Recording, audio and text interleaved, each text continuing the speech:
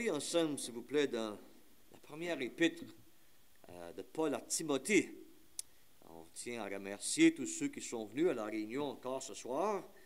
Et c'est vraiment beau de vous voir tous. 1 Timothée, et nous allons lire, s'il vous plaît, au chapitre 3.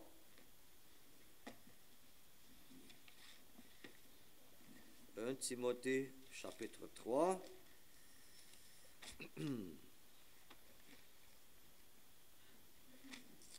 Et le verset qui nous intéresse pour le thème de la réunion ce soir se trouve au verset 15. Mais on peut lire pour le contexte en partant du verset 14. 1 Timothée 3, verset 14. Je t'écris ces choses avec l'espérance d'aller bientôt vers toi. Mais si je tarde, tu sauras comment il faut se conduire dans la maison de Dieu, qui est l'église du Dieu vivant, la colonne et l'appui de la vérité. Et sans contredit, le mystère de la piété est grand. Dieu a été manifesté en chair, justifié par l'Esprit, vu des anges, prêché aux nations, cru dans le monde, élevé dans la gloire. Chapitre 4, verset 1, qui suit ça. Mais l'Esprit dit expressément que dans les derniers temps, quelques-uns abandonneront la foi pour s'attacher à des esprits séducteurs et à des doctrines de démons. Maintenant, on va tourner dans 2 Timothée, s'il vous plaît, pour quelques versets. Deuxième épître de Paul à Timothée, chapitre 2. 2 Timothée 2 et verset 1. Toi donc, mon enfant, fortifie-toi dans la grâce qui est en Jésus-Christ, et ce que tu as entendu de moi en présence de beaucoup de témoins, confie-le à des hommes fidèles qui soient capables de l'enseigner aussi à d'autres. Et au chapitre 3, et on peut lire à partir du verset 10, pour toi, tu as suivi de près mon enseignement, ma conduite, mes projets, ma foi, ma douceur, mon amour, ma constance, mes persécutions, mes souffrances. Verset 12. Or, tous ceux qui veulent vivre pieusement en Jésus-Christ seront persécutés. Mais les hommes méchants et imposteurs avanceront toujours plus dans le mal, égarant les autres et égarés eux-mêmes. Toi, demeure dans les choses que tu as apprises et reconnues certaines, sachant de qui tu les as apprises. Et là, il parle de comment, dès son enfance, il a appris les saintes lettres. Et verset 16 dit, toute écriture est inspirée de Dieu et utile pour enseigner, pour convaincre, pour corriger, pour instruire dans la justice, afin que l'homme de Dieu soit accompli et propre à toute bonne œuvre. Et si on continue à lire, verset 1 du chapitre 4 et verset 2 dit, prêche la parole. Verset 3 dit, car il viendra un temps où les hommes ne supporteront pas la saine doctrine, mais ayant la démangeaison d'entendre des choses agréables, et se donneront une foule de docteurs, selon leur propre désir, détourneront l'oreille de la vérité, et se tourneront vers les fables. Mais toi, sois sobre en toutes choses, supporte les souffrances, fais l'œuvre d'un évangéliste, remplis bien ton ministère. Maintenant, j'aimerais faire deux autres lectures. Et la première est dans l'Épître aux Galates, s'il vous plaît. Galates, chapitre 2.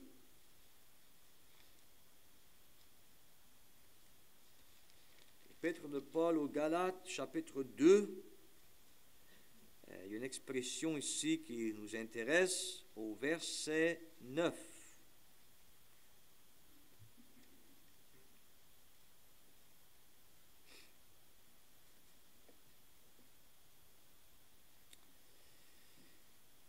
Galates 2 et 9, et ayant reconnu la grâce qui m'avait été accordée, Jacques, Céphase et je, qui sont regardés comme des colonnes, me donnèrent à moi et à Barnabas la main d'association ou la main de communion, afin que nous allions, nous, vers les païens et eux vers les circoncis. Remarquez ici que ce sont des hommes, Céphase, Jacques, Céphase et je, qui sont considérés comme des colonnes. Maintenant, dans le livre de l'Apocalypse, s'il vous plaît, pour une dernière lecture, au chapitre 3. Apocalypse, chapitre 3, et on va lire au verset 12. C'est une promesse que le Seigneur fait aux vainqueurs qui vivent dans le contexte de l'église de Philadelphie.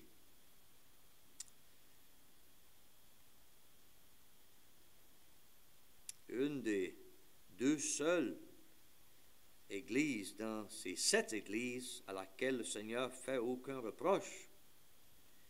Il dit au verset 12, Apocalypse 3, verset 12, « Celui qui vaincra, je ferai de lui une colonne dans le temple de mon Dieu, et il n'en sortira plus. J'écrirai sur lui le nom de mon Dieu et le nom de la ville de mon Dieu, de la nouvelle Jérusalem qui descend du ciel d'auprès de mon Dieu, et mon nom nouveau. » Je crois que ça va suffire pour notre lecture.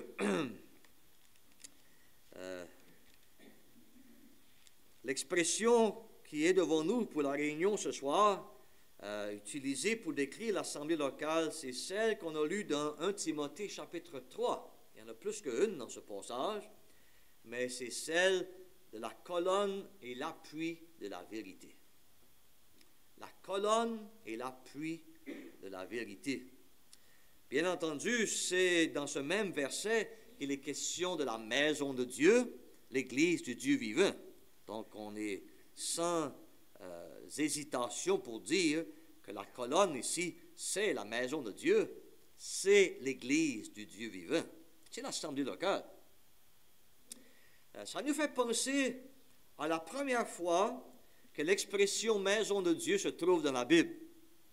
Si vous pensez vitement, est-ce que vous pouvez penser quand est-ce dans la Bible la première fois qu'on lit maison de Dieu? Bien, c'est dans le livre de la Genèse. C'est une expression qui était même dans l'Ancien Testament, chapitre 28, quand Jacob était en voyage. Et vous vous rappelez comment il était arrêté pendant cette nuit. Et pendant la nuit, dans cet endroit où il était arrêté, il a eu un songe. Une échelle de la terre au ciel, les anges qui allaient d'une manière et de l'autre, montaient et descendaient de l'échelle.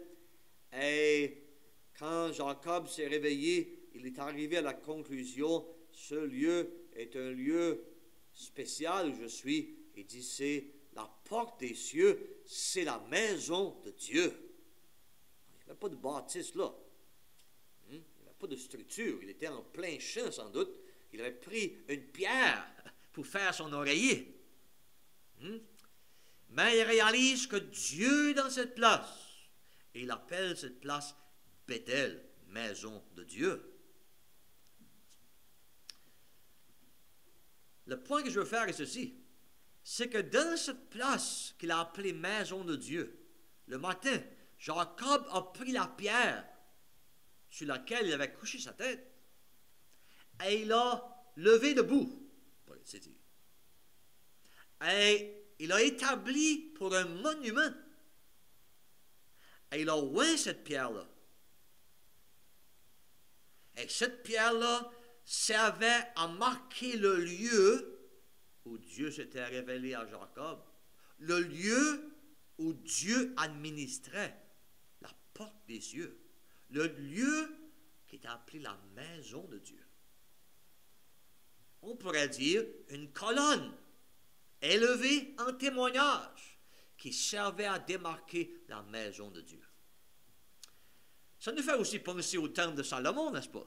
Si vous lisez l'Ancien Testament, et j'espère que vous lisez l'Ancien Testament, vous allez vous rappeler que dans le premier livre des rois, lorsque Salomon a bâti le temple, dans le portique du temple, il a érigé 2 colonnes, très hautes colonnes, avec un chapiteau et toutes sortes de décorations en haut. C'était vraiment des chefs-d'œuvre, ces 2 colonnes. Il y en avait 2. Et il a donné des noms à ces 2 colonnes. Jachin et Boaz. Un voulait dire en lui est la force, et l'autre voulait dire c'est lui qui affermira. Et ces 2 colonnes-là étaient élevées dans le portique à l'entrée du temple de Salomon, temple magnifique, et ils servaient de témoignage au Dieu d'Israël. Il y avait un message que ces colonnes proclamaient par leur nom et la signification de leur nom qui parlait de Dieu.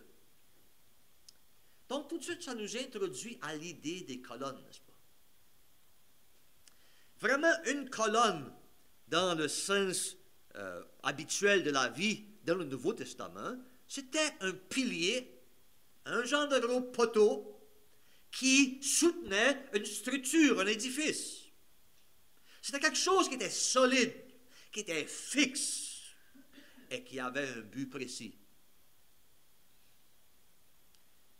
Bien entendu, c'est ça le langage que le Saint-Esprit utilise dans Galates 2 pour parler de Jacques, Céphase et Jean, qui étaient considérés parmi les chrétiens comme des colonnes, c'est-à-dire des hommes solides, des hommes qui portaient une grande responsabilité, des hommes dignes de confiance, des hommes considérés. Et le Seigneur utilise le même langage dans Apocalypse chapitre 3 pour parler de ceux qu'il va récompenser dans un jour futur pour avoir été fidèles, les vainqueurs. Il va les établir dans le temple de son Dieu comme des colonnes. C'est-à-dire, il va les mettre là fermement, fixement. Mais remarquez qu'il y a quelque chose de plus dans Apocalypse 3, c'est qu'il va écrire quelque chose sur ces colonnes. Le nom de son Dieu, le nom de la ville de son Dieu et son nom nouveau. Donc, il y a 2 idées avec les colonnes. Première idée, c'est qu'une colonne, c'est là pour soutenir quelque chose de pesant. Afin que la chose qui est soutenue, c'est en haut. C'est pas par terre, c'est en haut. Et la colonne est sous cette chose, cette structure qui est soutenue par la colonne pour l'élever bien haut. Et aussi, qu'est-ce qu'on faisait dans le Nouveau Testament même, et ça se fait encore aujourd'hui, souvent sur ces piliers-là, sur ces colonnes-là, on écrit quelque chose. Hey, c'est ça l'idée d'Apocalypse chapitre 3. Le Seigneur a écrit quelque chose sur ces colonnes. Souvent, sur ces colonnes, on lit un tribut d'honneur à un homme, un témoignage d'honneur envers un héros, quelqu'un qui a fait des grands exploits, ou on écrit un événement historique qui est arrivé. Il y a un message décrit sur les colonnes. Donc, il y a 2 côtés. Le côté où la colonne supporte quelque chose et la colonne déclare quelque chose, proclame quelque chose. Donc, si on garde ces 2 pensées dans l'idée et qu'on approche l'assemblée locale avec ces 2 pensées, ayant dans l'idée que l'assemblée locale, c'est la colonne et l'appui de la vérité, bien, ça va nous aider à voir un aspect de l'assemblée locale qui est très important et qui est très précieux. c'est que l'assemblée locale est établie dans une localité comme quelque chose de fixe, de stable, et qui est là pour servir de témoignage à la vérité, pour supporter la vérité, la défendre, et pour proclamer la vérité. Et vous dites, la vérité, c'est vaste la vérité. Oui, c'est très vaste la vérité.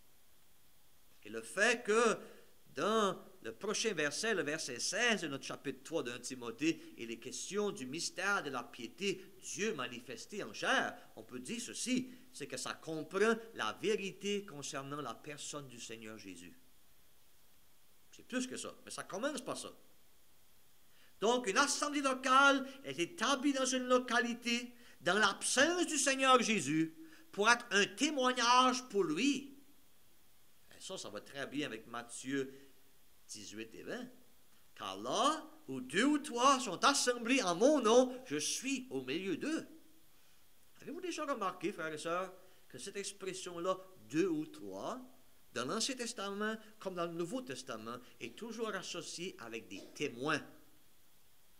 Même dans 1 Timothée 5, Paul dit que Timothée ne devait pas recevoir aucune accusation contre un ancien, si ce n'est sur la déposition de 2 ou 3 témoins. Donc, l'expression 2 ou 3 est toujours rattachée de près avec l'idée d'un témoignage. Donc, l'assemblée locale, c'est un témoignage pour le Seigneur Jésus-Christ et la vérité du Seigneur Jésus-Christ dans une localité. Donc, si on garde ça dans l'idée, ça va nous aider à comprendre c'est quoi le but que Dieu a dans l'idée lorsqu'il établit l'assemblée ici à Tracadie et à Pédionil et à Rivière-Verte et à Chedillac et partout ailleurs. C'est que dans chaque localité où il y a une assemblée, Dieu veut que la vérité qui concerne son Fils soit hautement élevée. Parce que la personne du Seigneur Jésus-Christ est attaquée. Toutes les sectes, et même certaines dénominations qui nous entourent, ont des erreurs graves à propos de la personne du Seigneur Jésus-Christ. Et on va juste mentionner certaines vérités à propos de lui, sans les développer. Premièrement, l'assemblée locale doit être claire, doit enseigner, pratiquer, proclamer, défendre la vérité que le Seigneur Jésus-Christ est Dieu. Il est Dieu, la déité du Seigneur Jésus-Christ. Ça veut dire qu'il n'a jamais eu de début, jamais eu de commencement, il n'aura jamais de fin. Ça veut dire qu'il est égal en puissance, en connaissance, et par son omniprésence avec le Père et le Saint-Esprit. Il a toujours été là. Il va toujours être là. Il est Dieu dans toute son être, pleinement, totalement, entièrement, éternellement Dieu. Mais ça comprend aussi la vérité qui concerne son humanité. Parce que le Seigneur Jésus-Christ a été fait chair, Dieu a été manifesté en chair, l'incarnation du Seigneur Jésus. Ça veut dire qu'on croit, l'assemblée doit être claire et prêcher et enseigner et défendre la vérité qu'il a été conçu dans le sein de la Vierge sans péché. C'est pas juste qu'il est devenu un homme, mais son humanité est une sainte humanité. Une humanité qui ne pouvait jamais pécher. C'était pas comme l'humanité d'Adam. Adam était un véritable homme et il a été créé dans l'innocence sans péché, mais il pouvait pécher.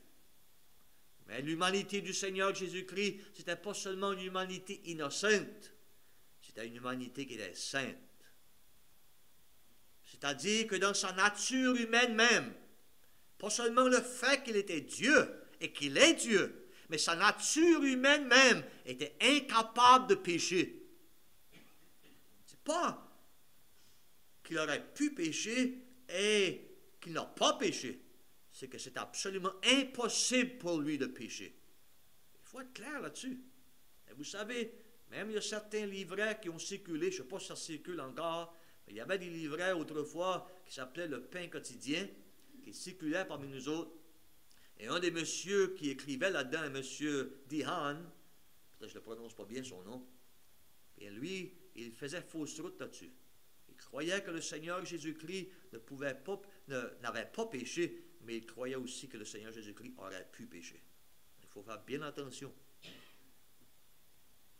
Et vous savez qu'on ne peut jamais rien prendre pour acquis. Si jamais quelqu'un visite l'assemblée locale et aimerait avoir communion dans l'assemblée locale, il faut toujours tenir en ligne de compte d'où cette personne-là vient.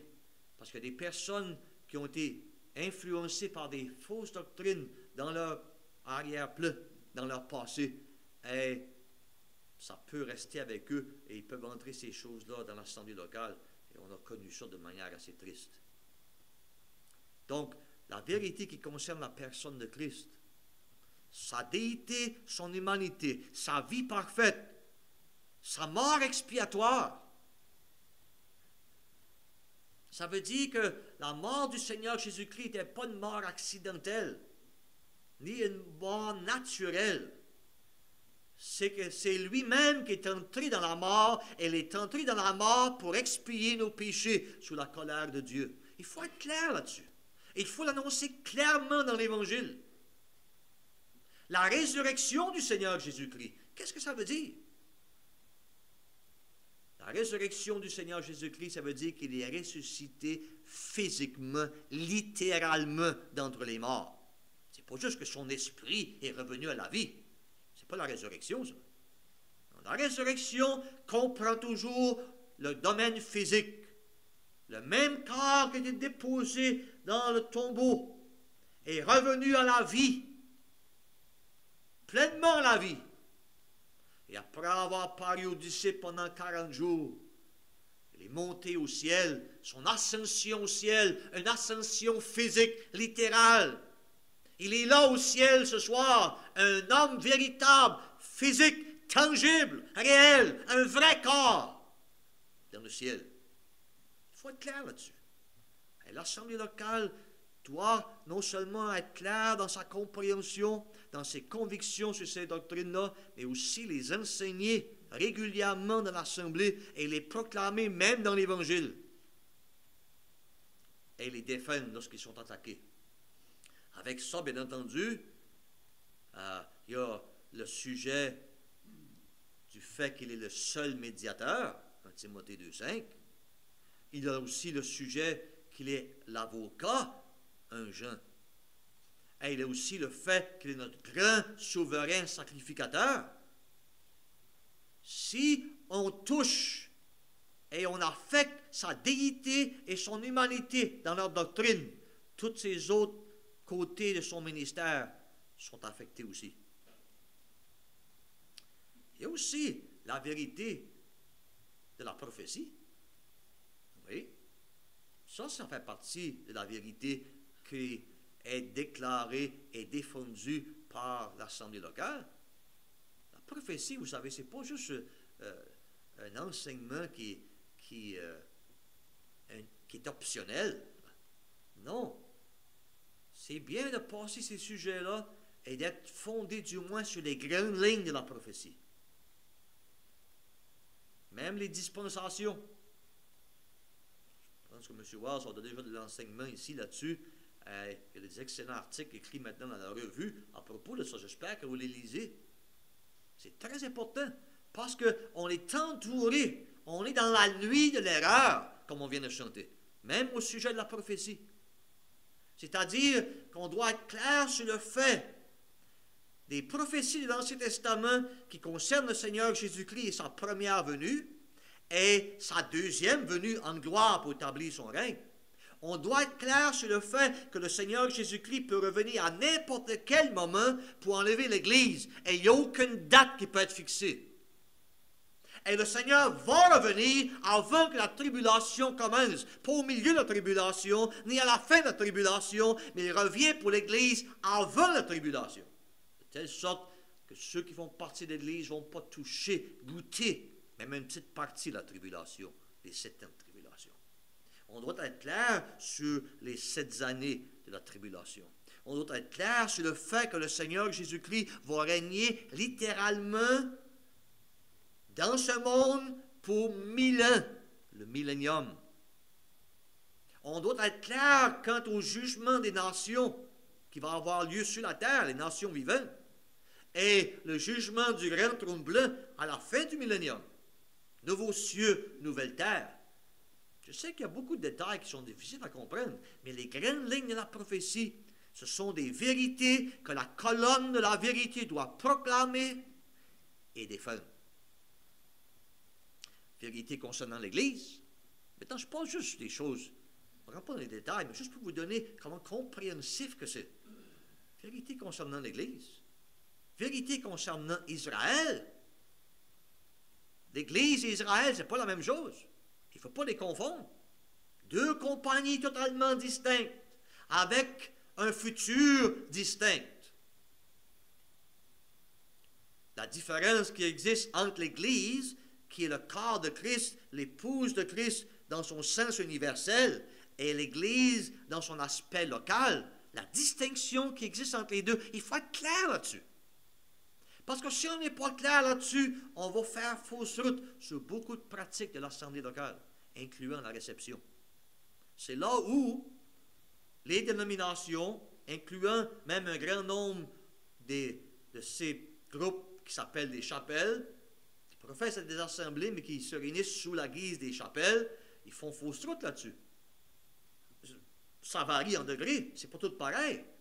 Mais parce qu'il manque de faire la différence entre les deux, plusieurs d'entre eux, si pas toutes, mais plusieurs d'entre eux, ils ne voient rien de mal à recevoir un chrétien qui vient d'un groupe baptiste, par exemple, au repas du Seigneur. On connaît une de ces chapelles-là, peut-être les plus strictes au Québec, dans la ville de Québec même, et je peux parler avec expérience parce que j'étais là moi-même quand j'étais jeune sauvé. Pas besoin de me fier à ce que les autres disent, j'étais là en personne. Jeune sauvé, première année dans l'Assemblée, j'ai visité la ville de Québec pour aller voir ma soeur. Je me rappelle d'avoir été à cette place-là le dimanche matin pour prendre le repas du Seigneur. Il y a des bons chrétiens là. Il y avait un frère là qui est maintenant auprès du Seigneur qui avait des bonnes convictions aussi. C'est gros d'affaires. C'est pas ça pour les mépriser, vous allez me comprendre. Mais à cette même place-là, un couple que je connais très bien qui venait des baptistes, est arrivé un dimanche matin et on a voulu les faire asseoir au repas du Seigneur. Une jeune femme qui venait des Ménonites est arrivée là le dimanche matin et on a fait asseoir au repas du Seigneur. Le premier couple n'a pas voulu s'asseoir parce qu'ils savaient mieux. Ils avaient déjà commencé à comprendre l'Assemblée. Mais pourquoi ça? C'est parce qu'on n'a pas appris à faire la distinction claire entre l'Église dans son aspect universel et l'Église dans son aspect local. Et les conséquences de ne pas être clair là-dessus, ça engendre de la confusion dans les pratiques de l'Assemblée locale. Donc, il faut que nous, on soit bien fondés.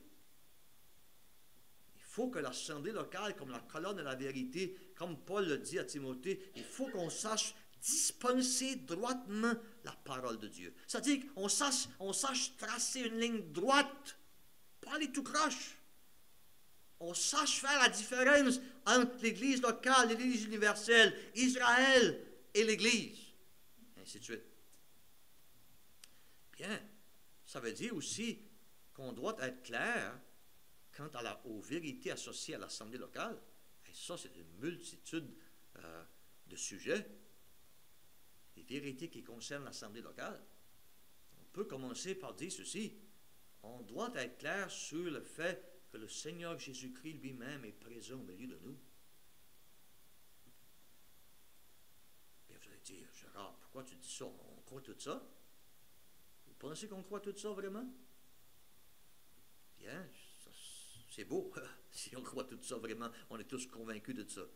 Mais on a vécu assez pour savoir qu'il y a des chrétiens dans les assemblées maintenant, pas ici nécessairement, mais dans d'autres assemblées, qui disent ouvertement, ils sont dans l'assemblée, mais ils disent ouvertement, il n'y a aucune différence entre l'assemblée locale et l'église baptiste. Maintenant, je ne parle pas contre l'église baptiste ce soir. Je vous dis juste le fait qu'il y a des chrétiens dans l'assemblée qui ne font pas de différence. Pourquoi? Ils n'ont jamais compris l'assemblée.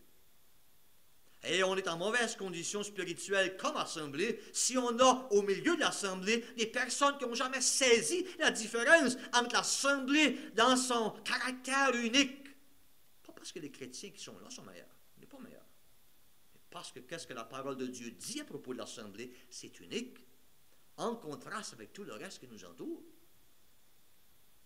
Et le Seigneur Jésus-Christ, au milieu de son peuple, là où 2 ou 3 sont réunis en mon nom, je suis au milieu d'eux. Quelle belle vérité.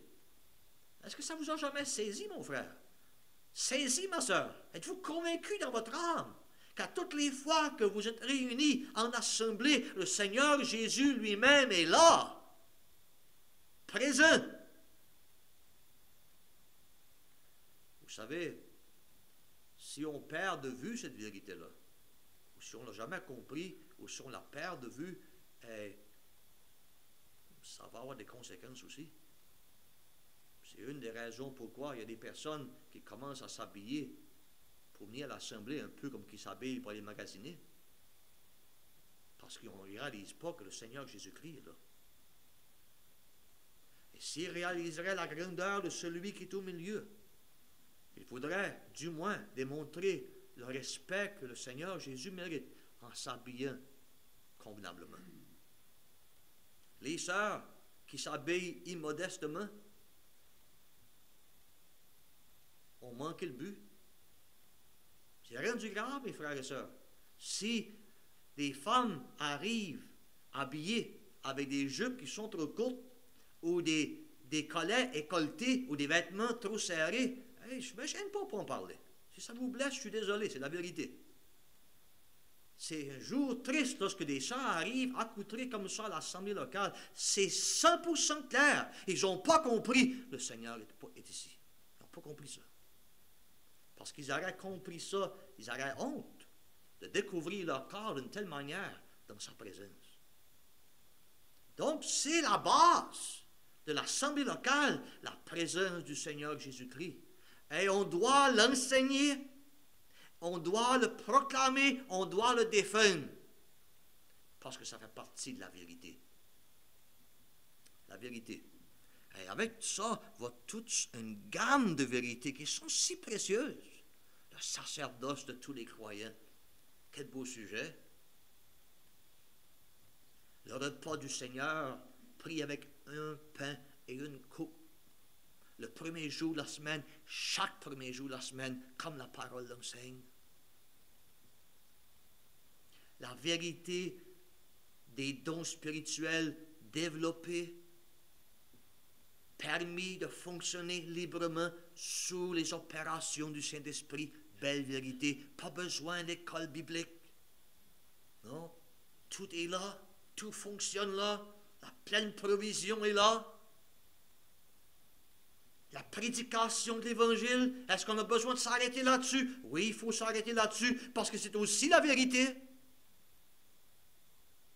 fait partie de la vérité. Et la colonne de la vérité est là pour proclamer l'Évangile.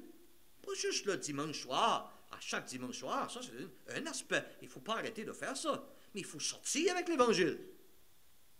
Il faut faire des réunions ailleurs. On est responsable de la localité où Dieu nous met. Mon frère Gilles a dit une parole chez nous l'autre semaine qui m'ont vraiment touché. J'ai trouvé que c'était un bon point. Il parlait sur les tribus d'Israël quand ils sont entrés dans le pays promis, le pays de Canaan, et comment est-ce que Josué a départi le pays de Canaan en différentes parties. Puis il a dit ceci, que la grandeur de la partie attribuée à chaque tribu correspondait avec la population de la tribu. En d'autres mots, plus que la tribu était grande, plus que la partie du pays était grande pour eux. Plus que la tribu était petite, plus petite était leur partie. Et il a fait une application dans l'Évangile. Et il a dit ceci, une petite assemblée, le Seigneur les tient responsables d'évangéliser un petit territoire. Mais une grande assemblée, le Seigneur les tient responsables d'évangéliser un plus grand territoire. Je pense que c'est une belle pensée.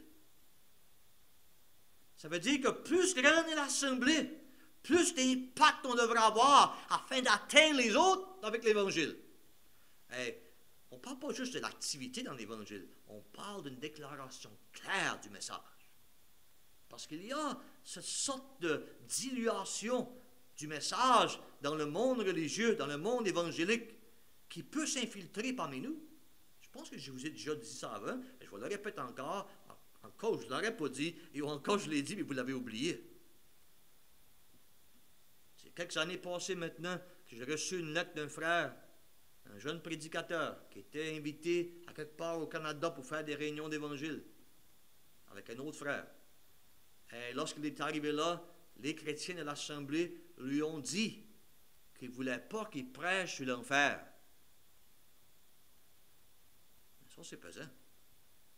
Alors vous dites, t'es certain, Gérard, c'était pas les pentecôtistes ou les Wesleyens? Non, c'est une assemblée. C'est grave. L'assemblée locale s'est éloignée au point qu'ils ne veulent plus qu'on prêche l'enfer dans l'Évangile. Attends, on n'est pas en train de dire qu'il faut tout le temps prêcher sur l'enfer. Mais de là à dire qu'on défend au prédicateur de prêcher sur l'enfer, c'est grave. Très grave. Oui, il faut prêcher le péché, mes frères. Il faut prêcher le péché. Parce que si le pécheur ne réalise pas son péché, comment est-ce qu'il va voir son besoin d'un sauveur? Il faut prêcher la repentance. Il faut prêcher le jugement à cause du péché. Mais il faut prêcher la mort de Christ. Il faut prêcher le sauveur des perdus. Pas juste quelques secondes à la fin du message. Non. Il faut faire sûr que les inconvertis réalisent c'est qui le remède, le seul remède pour eux.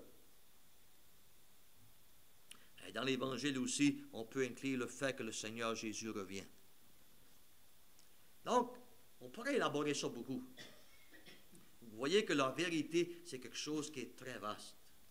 Et je vais juste mentionner une ou deux choses, et garder les 10 dernières minutes pour l'appliquer de manière pratique. Il y a les vérités aussi à propos du mariage et de la famille. Ça aussi, c'est la vérité. Peut-être j'aurais dû dire avant, ça me vient maintenant, j'aurais dû le dire avant, que des personnes vont demander, c'est quoi la vérité? Bien, le Seigneur Jésus a dit, je suis la vérité. Donc la vérité, c'est Christ et tout ce qui concerne sa personne.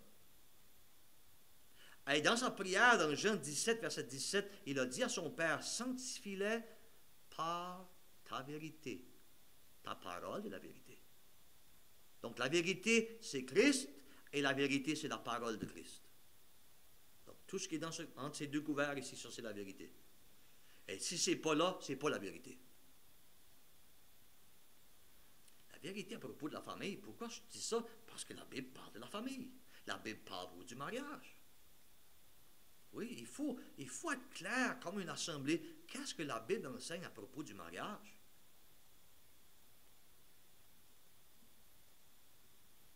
Non, on ne va pas élaborer ça, mais je dis juste ça en passant. Il faut être clair aussi à propos de la vie de famille. Il faut être clair quand il concerne le rôle du mari dans la famille et le rôle de la femme dans la famille et la place des enfants dans la famille. Mais vous dites, Gérard, pourquoi est-ce que tu insistes là-dessus? Bien, parce que la parole insiste là-dessus. Plus que ça, c'est parce qu'on vit dans un monde qui a perdu les pédales complètement.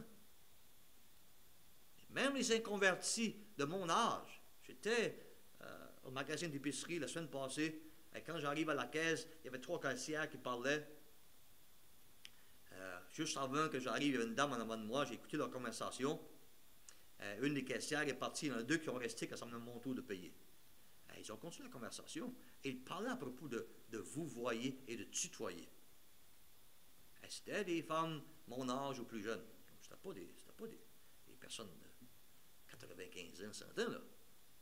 Et une d'elles a dit, en me parlant à moi aussi bien qu'à l'autre, elle dit, moi, quand j'étais jeune, elle dit, j'ai dit toi à ma mère une fois. Puis elle dit, j'ai eu la main de mon père sur la bouche. Et l'autre femme m'a dit la même chose. Maintenant, chez nous, moi, je n'ai pas été élevé de même.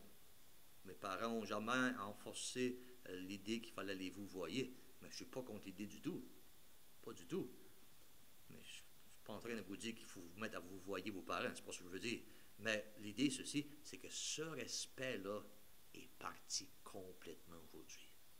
Et voilà 2 femmes inconverties qui le réalisaient. Elles m'ont dit eux-mêmes, le monde est viré à l'envers. Et c'est vrai. Et vous savez, quand Dieu établit une assemblée dans une localité, il veut que ce soit une colonne. Pour que la vérité du mariage et la vérité de la famille demeurent.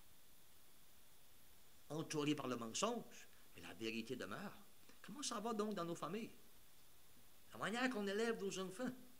Est-ce que c'est selon la parole ou est-ce qu'on suit les idées du monde? Maintenant, pour pouvoir faire ça, j'ai lu avec vous dans 2 Timothée chapitre 2. Je vais juste toucher quelques points ici pour nous aider à ce sujet. 2 Timothée chapitre 2, Paul dit au verset 2, « Ce que tu as entendu de moi en présence de beaucoup de témoins, confie-le à des hommes fidèles qui soient capables de l'enseigner à d'autres. » Donc, pour pouvoir agir vraiment comme la colonne de la vérité, il faut transmettre la vérité à d'autres, génération après génération. C'est ça que Paul dit ici. Maintenant, pour pouvoir transmettre la vérité, si on lit au chapitre 3 maintenant, il dit au verset 10, « Pour toi, tu as suivi de près mon enseignement. » Si vous permettez que je lis la version Darby ici. « Pour toi, tu as pleinement compris, suivi avec exactitude ma doctrine. » Donc, pour pouvoir transmettre la doctrine, la vérité, il faut premièrement avoir compris et avoir obéi la doctrine. Verset 14 dit, « Toi donc, demeure dans les choses que tu as apprises et reconnues certaines, sachant de qui tu les as apprises. » Donc vous voyez les choses qui sont nécessaires. Pour pouvoir proclamer la vérité, il faut la transmettre aux autres. C'est-à-dire que les frères les plus âgés dans l'Assemblée maintenant devraient enseigner ce qu'ils ont reçu du Seigneur à travers d'autres frères, des plus vieux qu'eux. Ils devraient enseigner ça dans l'Assemblée. Mais pour pouvoir l'enseigner à l'Assemblée, il faut premièrement qu'ils l'aient saisi pour eux-mêmes. Les choses que tu as apprises, verset 14, et reconnues certaines. Pleinement convaincu, c'est ça que la version Darby dit. Tu les as apprises, puis tu as été pleinement convaincu. C'est ces choses-là qu'il faut que tu transmettes aux autres. Et le même verset 14 dit, demeure dans les choses. Donc, il y a le danger qu'on a appris des choses, on a été convaincu à propos des choses, mais qu'on les laisse aller. Donc, les étapes sont claires. Pour pouvoir transmettre la vérité comme on doit le faire comme assemblée locale, il faut premièrement l'apprendre, la vérité. On l'apprend des autres, on l'apprend de la parole de Dieu. En plus de l'apprendre, il ne faut pas juste l'apprendre comme une théorie dans notre tête, il faut que ça devienne une conviction dans notre âme. Il faut être pleinement convaincu. C'est ça la vérité. C'est ça. Il faut être clair. Et lorsqu'on a pleinement été convaincu que c'est la vérité, il faut obéir. Il faut pratiquer la vérité. Parce qu'on ne peut pas transmettre aux autres qu'est-ce qu'on n'a pas pratiqué nous autres-mêmes. Impossible.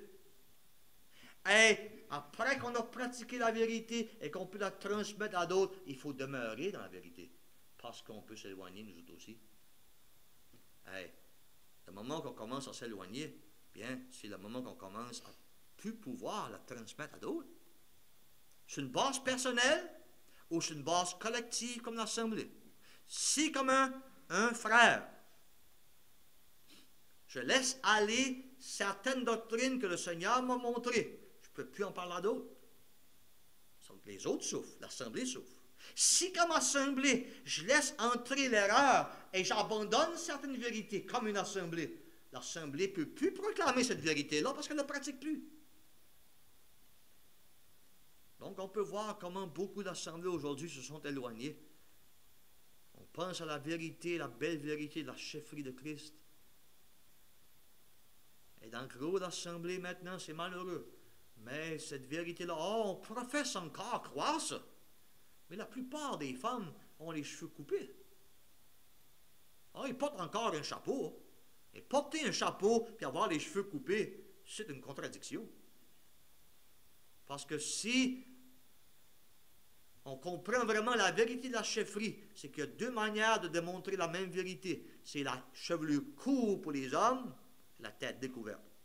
Et la chevelure longue pour les femmes, non coupée, non trimée, et la tête couverte. Si je ne mets pas de chapeau, comme un frère, je ne coupe pas ma tête, mais que je laisse pousser mes cheveux, je ne demande pas la chefferie de Christ. C'est une contradiction. Si, comme une sœur, je mets un chapeau, mais je coupe mes cheveux, je ne demande pas la chefferie de Christ comme je devrais le faire. Parce que les deux veulent dire la même chose. Maintenant, frères et sœurs, il faut être clair là-dessus. Je sais que vous êtes tous clairs, il n'y a pas de sœur ici à ma connaissance qui coupe ses cheveux, et je ne pense pas qu'il y ait de frères qui laissent pousser leurs cheveux non plus. Dieu merci pour ça. Et vous savez où est-ce qu'on peut faire défaut? Lorsque ça vient avec nos enfants. Il y avait cette idée-là, longtemps passé, peut-être 15 ans passés maintenant, peut-être plus. Le temps passe tellement vite. Il y avait, je me rappelle d'une sœur en particulier, qui, elle, refusait de mettre un petit voile ou un petit chapeau sur sa petite fille. Elle avait peut-être 7-8 ans dans ce temps-là, lorsqu'elle venait aux réunions. Et lorsqu'on l'a approchée à propos de ça, la chère sœur s'est défendue en disant, bien, elle n'est pas sauvée. Pas sauvée. Ma petite fille n'est pas sauvée, pourquoi est-ce qu'elle mettrait un chapeau? Et plus tard, bien, le même argument, elle a utilisé le même argument pour laisser porter à sa petite fille des culottes. Pas sauvée. Elle n'est pas sauvée. Maintenant, pense à ça un peu. Là. Je me suis posé la question moi-même dernièrement. Est-ce que je devrais permettre quelque chose à mes enfants, quand ils sont plus petits, qui professent ou qui ne professent pas, disons qu'ils ne professent pas le salut, je devrais leur permettre de faire certaines choses qui, je sais, si jamais ils sont sauvés, puis qu'ils voudraient être baptisés, puis qu'ils voudraient être dans l'assemblée, ça serait un obstacle à leur baptême. Ça serait un obstacle à leur réception. Est-ce que je devrais leur permettre de faire ça lorsqu'ils ne sont pas sauvés encore? Est-ce que vous recevrez quelqu'un dans l'assemblée, une jeune femme qui se dit sauvée, puis elle veut être baptisée, mais elle ne veut pas mettre de voile? Vous la recevriez dans l'assemblée? Non, vous ne la recevriez pas. Et pourquoi donc introduire la conviction dans la tête de cette jeune fille-là? Mes parents me laissaient venir aux réunions, pas de chapeau quand j'étais toute petite. Pourquoi j'en mettrais un tout de suite? Est-ce que vous recevriez un jeune homme qui se laisse pousser les cheveux dans l'assemblée? Est-ce que vous le baptiseriez parce qu'il laisse pousser ses cheveux? Bien, je vais vous dire que ce que les frères anglais faisaient au commencement chez nous. Il y avait un frère au tout début de l'assemblée, même génération que moi. Je ne peux pas vous dire qu'est-ce que c'est. Il est encore dans l'assemblée aujourd'hui, ce frère-là. Mais il avait les cheveux longs. On avait tous les cheveux longs quand le Seigneur nous a sauvés arrivé avant. Moi, le premier. Et le Seigneur nous a montré dans la parole comment on devrait faire couper nos cheveux. Je me rappelle quand je me suis fait couper les cheveux. Mais ce frère-là, lui, il les a fait couper. Mais peut-être qu'il était gêné ou quoi, mais c'était à moitié de l'oreille. Il avait les cheveux beaucoup plus longs que ça avant, mais c'est à moitié de l'oreille. Et lorsque c'était notre frère Murray McCandless dans ce temps-là, il a baptisé plusieurs personnes, plusieurs des jeunes sauvés. Et ce frère-là voulait se faire baptiser lui aussi. Et le frère Murray et d'autres frères ont dit non, on ne peut pas te baptiser. Et on dit pourquoi? Bien, tes cheveux sont trop longs. Bien, vous allez dire, bien, ça c'était bien trop sévère. Non, c'était pas trop sévère. C'est pas les Français qui inventaient ça, là. C'est ça que les frères nous ont pratiqué au début, les frères anglophones. Je dis ça pour vous montrer, c'est pas juste notre tête, notre idée à nous autres. Bien, est-ce qu'on devrait laisser nos jeunes garçons suivre la mode, cesser de pousser les cheveux? C'est pas long, mais moitié de l'oreille, un petit peu plus long que d'habitude en arrière. On les laisse faire, ils ne sont pas sauvés. On laisse nos filles s'habiller en culotte. Ils ne sont pas sauvés. Qu'est-ce qui va arriver à ces jeunes-là quand ils vont vouloir être sauvés ou qu'ils vont vouloir être baptisés après être sauvés et être dans l'assemblée? Non. Si c'est vrai, si c'est la vérité pour ceux qui grandissent dans ma maison. Et si on les instruit dans la vérité quand ils sont jeunes, on n'aurait pas besoin de tout défaire et refaire le moment qu'ils professent d'être sauvés. Non, ça c'est ce que les frères et les sœurs, les familles ont pratiqué pour des années. Et c'est ça que la parole nous enseigne. Éphésiens chapitre 5 met ça bien clair. Chapitre 4, qu'on devrait les élever selon le Seigneur. Et ça fait partie. Donc, quand on regarde aux vérités très pratiques, physiques, ou qu'on regarde aux vérités même du développement des dons spirituels dans l'Assemblée, vous ne devriez pas être surpris aujourd'hui si je vous disais qu'il y a des places qui s'appellent Assemblée, mais qui envoient des personnes à l'école biblique pour les développer dans leurs dons. Je ne parle pas des dénominations maintenant, c'est des places qui s'appellent des assemblées, qui font ça. Et pourquoi? C'est parce qu'ils se sont éloignés de l'enseignement du Nouveau Testament. Et s'ils s'éloignent de l'enseignement du Nouveau Testament, bien, on ressemble de plus en plus aux dénominations. Et on doit adopter les mêmes méthodes qu'eux de fonctionner. Donc, frères et sœurs, est-ce que je pourrais nous encourager tous ce soir? Que chacun de nous, individuellement, en famille ou dans l'assemblée, on puisse vraiment être des colonnes de la vérité. Et si c'est une base personnelle, nous sommes des colonnes de la vérité, fixes, solides, supportant la vérité biblique, proclamant la vérité biblique, convaincus par la vérité et la déclarant par nos vies aussi bien que par nos bouches. C'est alors seulement que l'assemblée collectivement pourra vraiment être une colonne de la vérité. Si on n'est pas ça individuellement et en famille, on ne pourra pas l'être dans l'assemblée non plus. Ça commence personnellement. Donc c'est merveilleux de penser que le Seigneur nous a laissés dans notre localité avec ce grand privilège. Laissons pas Satan nous tromper. Laissons pas aller. Prenons l'exhortation de Paul à cœur. Toi, mon frère, toi, ma sœur, demeure, reste dans les choses que tu as apprises et que tu as reconnues comme certaines, sachant de qui tu les as apprises. La parole de Dieu et l'enseignement des autres. Que Dieu bénisse sa parole et nous encourage ensemble. On va prier en terminant. Notre Dieu, nous voulons te remercier pour les Écritures, te remercier, notre Dieu, pour le grand privilège d'être dans l'Assemblée et aussi pour les responsabilités que tu mets sur nos épaules. Nous réalisons, notre Dieu, que c'est si facile pour nous de baisser les bras et de fléchir et juste de suivre le courant. Et tu sais comment, par nature, nous sommes enclins à nous en éloigner dans nos cœurs et nos pratiques. Et notre Dieu, nous ne voulons pas nous éloigner. Nous voudrions être fidèles à toi et nous voudrions que nous puissions vraiment agir comme tu le veux que nous agissions. Préserve-nous donc dans nos cœurs et instruis-nous, enracine-nous, éduque-nous, convainc-nous par ta vérité, afin que nous puissions la vivre et la proclamer dans toute sa pureté et complètement. Nous prions pour chaque frère et chaque sœur de l'Assemblée ici à Tracadie, et nos frères et sœurs à Pédjenil et à Chédiac, à Rivière-Verte et à Sainte-Flavie et partout ailleurs dans les maritimes, notre Dieu. Que tu établisses et fortifies chaque assemblée. Nous le prions au nom du Seigneur Jésus. Amen. On va chanter en terminant, s'il vous plaît, le cantique 120. Cantique numéro 120. On annonce la réunion pour demain soir, si le Seigneur n'est pas revenu à la même heure. 120. Oh, que ton joug est facile, oh, combien j'aime ta loi. Dieu saint, Dieu de l'Évangile, elle est toujours devant moi. De mes pas, c'est la lumière, c'est le repos de mon cœur, mais pour la voir tout entière, ouvre mes yeux. Bon, Sauveur.